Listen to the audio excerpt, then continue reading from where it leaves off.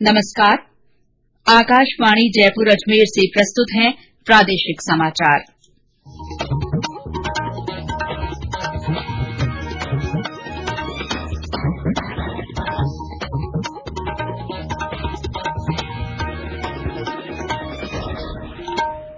मुख्य समाचार। प्रधानमंत्री नरेंद्र मोदी ने 16 जनवरी को स्टार्टअप दिवस के रूप में मनाने की घोषणा की। उद्यमियों के साथ संवाद किया। आज सेना दिवस है। जैसलमेर में विश्व का सबसे बड़ा राष्ट्रीय ध्वज लगाया गया। डूंगरपुर से अहमदाबाद के बीच आमान परिवर्तन के बाद आज से पहली डेमू ट्रेन शुरू। प्रदेश में शीतलहर और कोहरे से जनजीवन पर असर। माउंट आबू में एक सप्ताह से न्यूनतम तापमान माइनस में। और राज्यपाल कलराज मिश्र ने आदिवासी क्षेत्र की प्राकृतिक चिकित्सा पद्धतियों पर शोध किए जाने का आह्वान किया।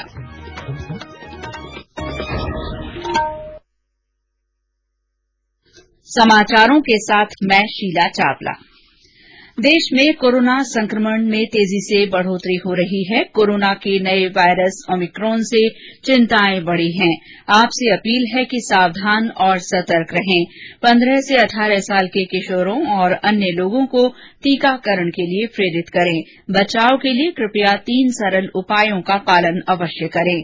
मास्क लगाएं, 2 गज की सुरक्षित दूरी बनाए रखें, हाथ और चेहरा साफ रखें। कोविड से संबंधित किसी भी जानकारी और मार्गदर्शन के लिए राष्ट्रीय हेल्पलाइन नंबर 1075 पर संपर्क करें। और अब समाचार विस्तार से।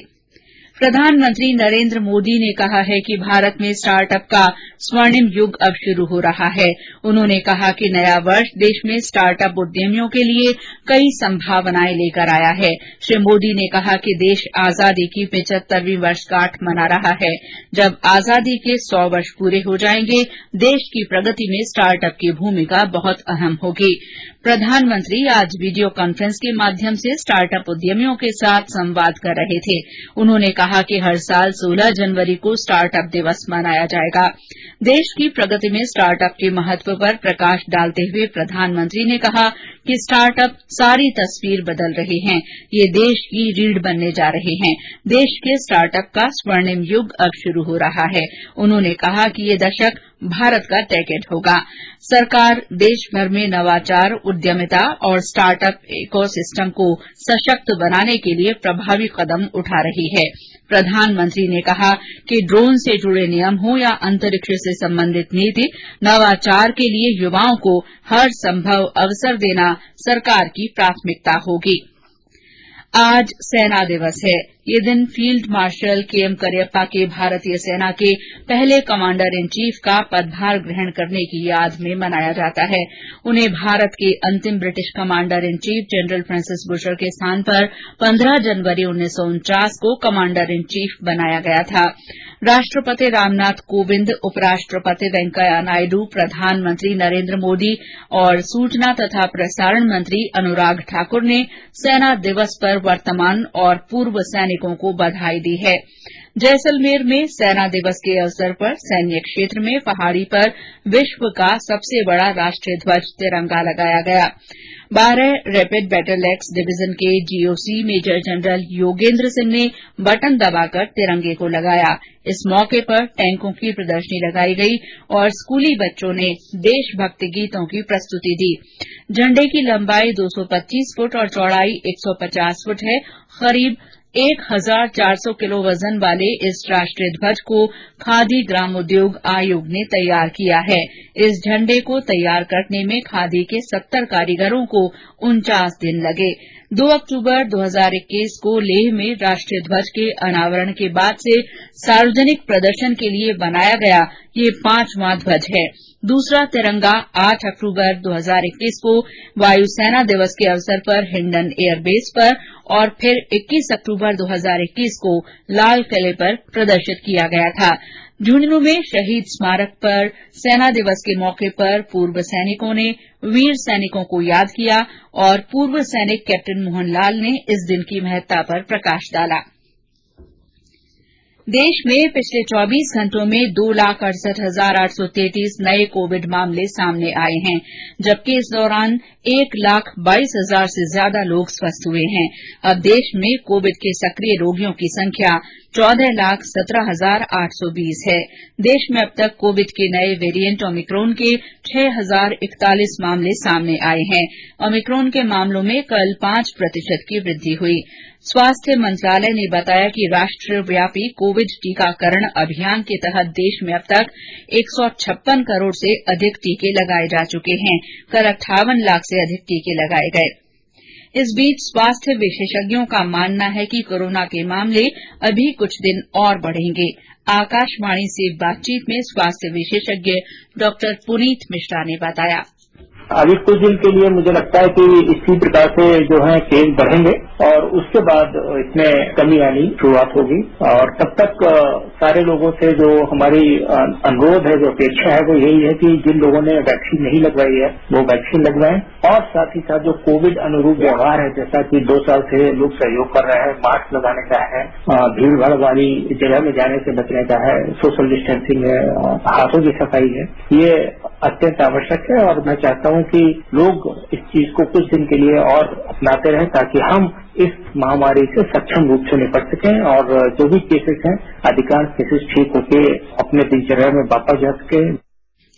उत्तर पश्चिम रेलवे ने कोविड-19 के मद्देनजर जयपुर, जोधपुर, अजमेर और बीकानेर मंडल मुख्यालयों पर ऑक्सीजन प्लांट लगाए हैं। उत्तर पश्चिम रेलवे के मुख्य जनसंपर्क अधिकारी कैप्टन शशि किरण के अनुसार अजमेर में 500 लीटर, बीकानेर और जोधपुर में 250 लीटर प्रति मिनट क्षमता के ऑक्सीजन प्लांट शुरू किए जा चुके हैं।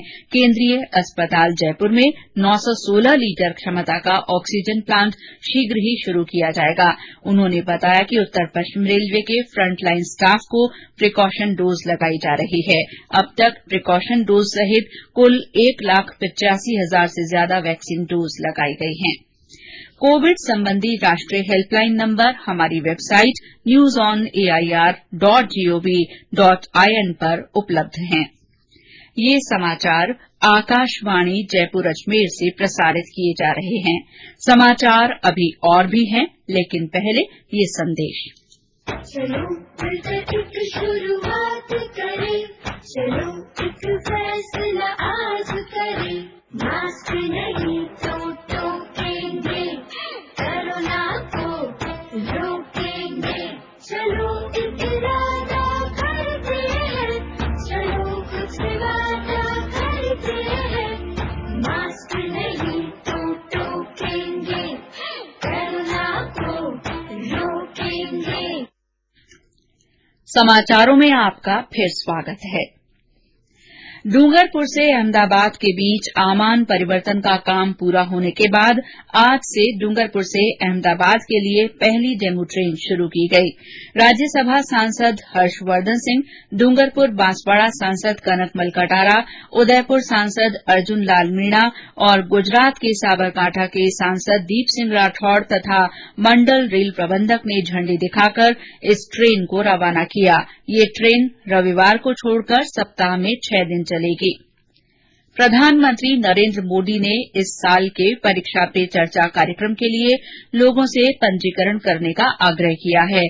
आज कई ट्वीट में उन्होंने कहा कि परीक्षा पे चर्चा कार्यक्रम सीखने का एक शानदार अनुभव है और ये गतिशील युवाओं से जुड़ने तथा उनकी चुनौतियों और आकांक्षाओं को बेहतर तरीके से समझने का अवसर प्रदान करता है। प्रधानमंत्री ने प्रतिभागियों से तनाव मुक्त परीक्षा पर चर्चा करने और बहादुर परीक्षार्थियों, उनके माता पिता और शिक्षकों को सहयोग देने का आग्रह किया। और अब मौसम। प्रदेश में शीतलहर और कोहरे से जनजीवन प्रभावित है। सिरोही के माउंट आबू में पिछले 7 दिन से रात का तापमान माइनस में चल रहा है। हमारे सिरोही संवाददाता ने बताया कि आज तड़के माउंट आबू का न्यूनतम तापमान -3 डिग्री सेल्सियस दर्ज किया गया। सिरोही जिले में स्थित माउंट आबू में तेज सर्दी का असर जारी है। पिछले 7 दिनों से माउंट आबू का तापमान माइनस में बना हुआ है। तेज सर्दी के कारण यहां जनजीवन पर प्रभाव पड़ा है। लोग सर्दी से बचाव के लिए जहां गर्म कपड़ों का सहारा ले रहे हैं, वहीं दिन में भी अलाव जलाकर सर्दी से बचाव करते हुए देखा जा सकता है। वहीं देश भर से घूमने आ रहे पर्यटक इस सर्दी का खासा मजा ले रहे हैं। साकेत गोयल, आकाशवाणी समाचार, सिरोही। प्रदेश के अनेक स्थानों पर रात का तापमान 5 डिग्री या उससे नीचे चल रहा है। सीकर में न्यूनतम तापमान 2.8 डिग्री सेल्सियस, चित्तौड़गढ़ में 3.2, फतेहपुर शेखावाटी में 3.4, करौली में 3.9, डबोक में 4.4 और चित्तौड़गढ़ में 4.8 डिग्री सेल्सियस रहा। कोहरे के कारण रेल और सड़क यातायात आंशिक रूप से प्रभावित हो रहा है। बीकानेर से हमारे संवाददाता ने बताया कि घने कोहरे के कारण अंतर्राष्ट्रीय सीमा पर चौकसी बढ़ा दी गई है। बीकानेर में शीतलहर और घने कोहरे के चलते लोगों को काफी परेशानी का सामना करना पड़ रहा है। तेज सर्दी और घने कोहरे का असर बाजार ग्राहकी पर तो पड़ा ही है, वहीं अंतर्राष्ट्रीय भारत पाक सीमा पर चौकसी बढ़ा दी गई है। सीमा पर दृष्टि सीमा शून्य हो जाने से 50 मीटर के दायरे में कुछ भी नजर नहीं आ रहा। ऐसे में जवानों को दिन में ही फ्लड लाइटों और अत्याधुनिक यंत्रों का सहारा लेना पड़ रहा है। चौकसी कर रहे जवान एक दूसरे को आवाज लगाकर स्थिति का जायजा ले रहे हैं। घने कोहरे का असर बस और रेल यातायात पर भी पड़ा है। मोहम्मद रफीक पठान, आकाशवाणी समाचार, बीकानेर। इस बीच मौसम विभाग ने कल से 18 जनवरी तक मौसम साफ रहने की संभावना जताई है। राज्यपाल और कुलाधिपति कलराज मिश्र ने कहा है कि आदिवासी क्षेत्र में प्रचलित प्राकृतिक चिकित्सा पद्धतियों पर नए रूप में शोध और अनुसंधान किए जाने का आह्वान किया है। राज्यपाल आज गोविंद गुरु जनजातीय विश्वविद्यालय बांसवाड़ा के 3रे दीक्षांत समारोह को राजभवन से ऑनलाइन संबोधित कर रहे थे। उन्होंने कहा कि आदिवासी समाज की दैनिक परंपराओं में पर्यावरण संरक्षण से जुड़ा वैज्ञानिक ज्ञान रचा बचा है। इस ज्ञान को भी आधुनिक संदर्भों में प्रासंगिक बनाने के लिए गंभीरता से प्रयास किए जाने चाहिए। कुलाधिपति ने गोविंद गुरु जनजातीय विश्वविद्यालय को आदिवासी कला और संस्कृति के संरक्षण के साथ जनजातीय परंपराओं और भाषाओं पर शोध का प्रमुख केंद्र बनाने का आह्वान किया। श्री मिश्र ने कहा कि आदिवासी और गैर आदिवासी के बीच की खाई को पाटने के लिए इस विश्वविद्यालय को एक सेतु के रूप में काम करना चाहिए। राज्यपाल ने वर्ष 2021 में वाणिज्य विज्ञान, कला और विधि संकाय में सफल रहे विद्यार्थियों को स्नातक, स्नातकोत्तर और पीएचडी की उपाधियां तथा सर्वोच्च अंक प्राप्त करने वाले 21 विद्यार्थियों को स्वर्ण पदक प्रदान किए। और अंत में मुख्य समाचार एक बार फिर। प्रधानमंत्री नरेंद्र मोदी ने हर साल 16 जनवरी को स्टार्टअप दिवस के रूप में मनाने की घोषणा की है। उन्होंने उद्यमियों के साथ संवाद किया। आज सेरा दिवस है। जैसलमेर में विश्व का सबसे बड़ा राष्ट्रीय ध्वज लगाया गया है। डूंगरपुर से अहमदाबाद के बीच गेज परिवर्तन के बाद आज से पहली डेमू ट्रेन शुरू हुई। प्रदेश में शीतलहर और कोहरे का असर बना हुआ है। माउंट आबू में एक सप्ताह से न्यूनतम तापमान माइनस में दर्ज हो रहा है। और राज्यपाल कलराज मिश्र ने आदिवासी क्षेत्र की प्राकृतिक चिकित्सा पद्धतियों पर शोध किए जाने का आह्वान किया है। इसी के साथ प्रादेशिक समाचार बुलेटिन समाप्त हुआ। नमस्कार।